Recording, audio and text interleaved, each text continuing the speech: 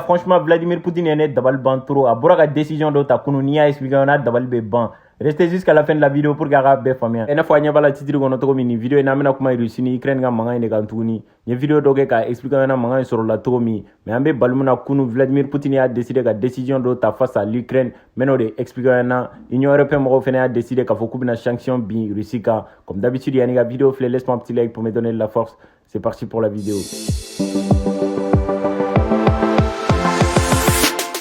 Vidéo kelen konna la nya expliquer na ka fo ko province do be Ukraine ou be Russie quand il faut en plus population be ou be reconsidérer na fo au lieu Russie de donc depuis 2014 wati la ou be kele la kubuga indépendance ko ou be fe ka fara Russie kan ko lu te fe ka fara Ukraine kan ina fo nya expliquer na to mi ka fo ko dugu do kumbe Ukraine nu ba wole ko la Crimée donc Russie ko lu ga dugu ko lo koro de do ku ka président koro do de ya di Ukrainien ma comme cadeau ko population be ou be ka manifester ka fo ku be fe ko ga indépendance da ka fara Russie kan donc ku be reconsidérer na fo Russie de 2014 wakati la Vladimir Poutine a décidé ka yen annexer ka mine Ukrainien na ka ke Russie taye Ukraine ni Russie frontière la dugu fla fene be nu wele ko Donetsk ani Luhansk donc o dugu fla ni Russie be frontière de là en plus population be yen ron na ou kele na fogo Russie de mais ou be Ukraine de fait ou fene be Russie ka kan de fort o dugu la mo fene wulla ka manifester ou référendum ereke ka fo te fe ka to Ukrainien bolo be fe ka fra Russie de kan amena u buga indépendance ko ga yen population mo de fene marfata ka fo be kele ke Ukrainien fait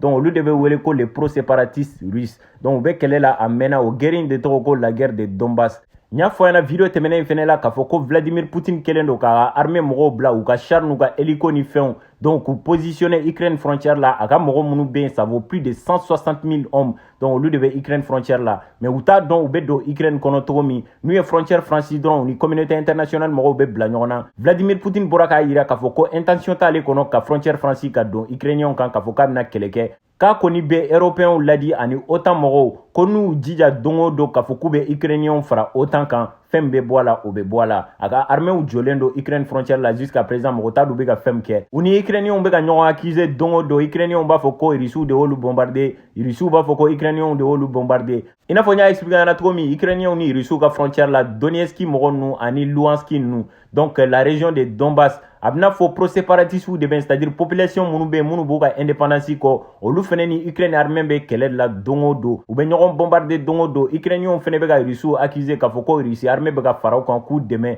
que ça soit militairement ani ka war douma ki financer pour que uga Ukrainien kele donc Russie be frontière le là ou ma do Ukraine konna la mais Ukrainien srané do u kana du ali kunu vidéo do mega circuler ou mega ira ka fo ko tellement Vladimir Poutine be fe ka kele tige olu la genre kaya ere ka kando bombarder ko vidéo ta ka galon tige ka fo ko Ukrainien de ale ka kan bombarder tellement kele ka di che o temene fere ko fe nya expliquer na ka fo ko dugu nu o buka indépendance de ko be fe ka fra Russie kan Vladimir Poutine ta don abe do Ukraine kono to mi a décidé kunu lundi don ka boka discours do kala un discours de 60 minutes et quelques ka expliquer ka fo ko dugu flamunu be nu be kele la u ka indépendance no fait donc ale a décidé ku ka indépendance du ma les gars o banen ko fe o ta banen ne pour que aga do Ukraine ko ani Ukraine on ga se ka kele ka e munke a décidé dugu flan ni ñonche ou ye décret signé ou ni ñonche no République populaire de Donetsk ani Luhansk mo ou ye décret signé ou ni ñonche mo ba ira ka fo ko jenyoya buni risi ni ñonche en plus il reçu fene bina coup de me bagaw de 600 donc le fait que ça ou ka indépendance douma en plus a décret fene signé ka fo ko be se ka nous demain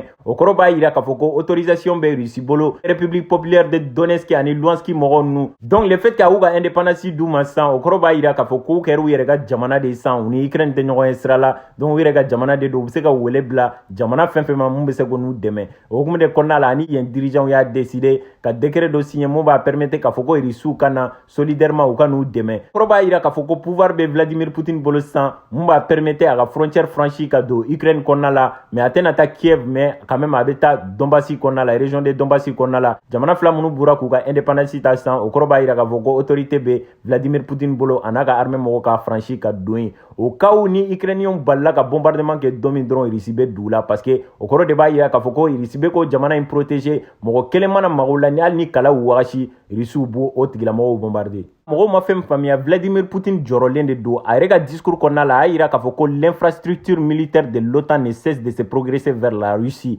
donc abe fe ga ira ka fo ko autant mɔgɔw bɛ fɛ k'u ka territoire élargi de kana fo Russie frontière la o du man di Vladimir Poutine ye a tun bɛ fɛ Ukrainiens ka to ten de hali n'u tɛ fara Russiw kan mais quand même u kana fara occidentaux kan u kana kɛ démocrates ye parce que n'u faral'u kan autant mɔgɔw bɛ se ka na n'u ka bases ye yen genre u bɛ se ka na n'u ka armes nucléaires ye yen comme ça la Russie sera cernée u bɛna kɛ Russie frontière de la en plus u commencera ka gɛrɛ Russie la hali 2008 wagati la état dɔ bɛ n'u b'a wele ko Tbilisi wa fɛn dɔ o tun ye état ancien URSS de le fait que indépendance tara et tout o état in commencera k'i gɛrɛ autant mɔgɔw la donc le fait qu'a commencera k'i gɛrɛ autant mɔgɔw la Vladimir Poutine ye nin kelen de kɛ o ka parti dɔw fɛnɛ bɛ yen a bɛna fɔ pro-séparatistes fɛnɛ tun bɛ yen Vladimir Poutine y'a décidé k'o mɔgɔ ninnu ka indépendance d'u ma tel que Géorgie ani dugu dɔw et tout tu vois donc Vladimir Poutine bɛ tantɔ de a tɛ fɛ autant mɔgɔw ka gɛrɛ u la parce que depuis par le passé vidéo in kɔnɔna la n y'a expliqué ɲɛna k'a fɔ ko u tun ye accord dɔ signé ni autant mɔgɔw ye alliance in signé na wagati min na ani Amérique président ni fɛn ninnu fɛ ani européen ni fɛn ninnu fɛ a tun y'a jira k'a fɔ ko autant mɔgɔw t'u ka territoire élargi ka na ancien URSS la jamana kɔrɔ minnu kun faralen don URSS kan ko n'u commencera ka élargi ka na o kɔrɔ b'a jira k'a fɔ k'u ye sariya in sɔsɔ le fait que Vladimir Poutine y'a décidé a kelen na ka indépendance di dugu ninnu ma o ma bɛn Union européenne jamana ninnu fɛnɛ ma u y'a décidé k'a fɔ k'u bɛna conseil des ministres dɔ kɛ ka sanction dɔ bin Russiw kan américains fɛnɛ ko k'u bɛna sanction bin u kan o ni Japonais ni fɛnw i n'a fɔ a b'a kalama cogo min Russie ni Chine ka di je pense pas n'a sɔrɔ u bɛna sanction bin Russiw kan mun bɛ sɔn ka kɛ problème ye sanction ko in na parce que Union européenne mɔgɔw bɛ fɛ ka sanction ta Russie contre la mais Russiw ka gaz réserve de ka ca ni diɲɛ bɛɛ ta ye en plus olu de bɛ Union européenne bɛɛ servi gaz la plus de 46% de l'exportation de gaz russe a bɛɛ bɛ taa Union européenne de kɔnɔna la donc ni Union européenne mɔgɔw y'a décidé k'a fɔ k'u bɛna u ka gazoducs attaquer k'a fɔ ko u bɛna u ka robinet tigɛ de ce côté la mun bɛ k'u ka spécialiste dɔw ka kuma lamɛn olu tun bɛ k'a jira k'a fɔ ko Union européenne mɔgɔw ko fa t'u la k'a fɔ k'u bɛna robinet tigɛ Russie la parce que n'u y'a tigɛ a bɛ joue kan trop i n'a fɔ Vladimir Poutine ye nin kɛlɛ in préparé bien avant parce que wagati dɔ la mankan dɔw tun wulila ni Union européenne mɔgɔw ni ɲɔgɔn cɛ u tun ye sanction bin a kan u y'a ka gazi ni fɛn ninnu tigɛ et tout le fait que Union européenne mɔgɔw tun ye sanction bin Russie kan k'a fɔ k'u t'u ka gazi san bilen Vladimir Poutine ko na n ka client wɛrɛ ɲini parce que ni n tora tan n'an tora Union européenne mɔgɔw dɔrɔn bolo k'a fɔ k'olu dɔrɔn de bɛ se ka ne ka gazi san don min ni kɛlɛ wulila ni ɲɔgɔn cɛ ou soit ni n'u ka dugu dɔ bilala ɲɔgɔn na u b'a décider k'a fɔ k'u tɛ n ka gazi san bilen et pourtant ne ka wari baden de bɛ sɔrɔ gazi in na a y'a décider ka yɛlɛma chinois fɛ yen ka yɛlɛma Asie ka commencer ka client wɛrɛw ɲini pour que a k'a ka gazi feere olu mɔgɔ ninnu ma i n'a fɔ a b'a kalama cogo min Russie ni Chine bɛɛ ka kɛlɛ ye kelen olu bɛ fɛ ka Amérique de la bin Russiw ni chinois bɛ fɛ ka fara ɲɔgɔn kan ka puissance kura dɔ de dilan ka na ni nouvel ordre mondial ye ka occidentaux mɔgɔ ninnu na bin donc o hukumu de kɔnɔna la chinois fɛnɛ y'a décidé k'a fɔ k'olu bɛ Russiw ka gazi san donc Xi Jinping n'o ye Chine président ye ani Vladimir Poutine u ye contrat dɔ signé u ni ɲɔgɔn cɛ sisan chinois ka président Xi Jinping a y'a décidé ka 400 milliards d'euros contrat de di Russiw ma k'a fɔ k'u ka gazi transporter ka bɔ Russie ka taa n'a ye Chine donc en cas de sanction an bɛ se k'a fɔ dadigi bɛ kɛ Union européenne mɔgɔw de la parce que n'a jateminɛ Russiw ye client wɛrɛ sɔrɔ n'o ye asiatiw ye donc Xi Jinping n'o ye chinois ye u commencelen don k'a dɛmɛ gazi ko fanfɛla ni fɛn na donc u bɛ ka gazodigi yɛrɛ dilan ka bɔ Russie ka taa Chine fanfɛla na ko ni Union européenne mɔgɔw y'a décidé ka sanction bin Russie kan dadigi bɛna kɛ Union européenne mɔgɔw de la parce que le fait que siɲɛ fɔlɔ la a ye Vladimir Poutine lasɔmi donc a ye client kuraw ɲini donc ni sanction binu kan dadigi bɛna kɛ Union européenne mɔgɔw de la parce que Vladimir Poutine dépendait t'olu la bilen client kuraw b'a bolo mun bɛ se ka wari ladon a kun a ka gazi ko ta fanfɛ en plus pourquoi n ye nin fɔ parce que n balila mun na an aussi bɔra ka kɛ sisan k'a jira k'a fɔ ko Allemagne y'a décidé k'a fɔ k'u bɛ Russie sanctionner mais u m'a fɔ k'u b'u ka gazodiki fermer de c'est à dire k'u bɛ robinet fermer de n'a fɔ Russie bɛna gazodiki kura dɔ de dilan ka bɔ Russie ka taa Union européenne in kɔnɔna la o projet u financera u commencera ka projet réaliser donc a bɛna fɔ Allemagne y'o projet in de suspend n'u b'a wele ko gazodic stream 2 donc a bɛna fɔ Allemagne y'a décidé k'o projet in de lajɔ nin wagati in na le fait que Russie a décidé donc ka indépendance di Ukraine dugu dɔw ma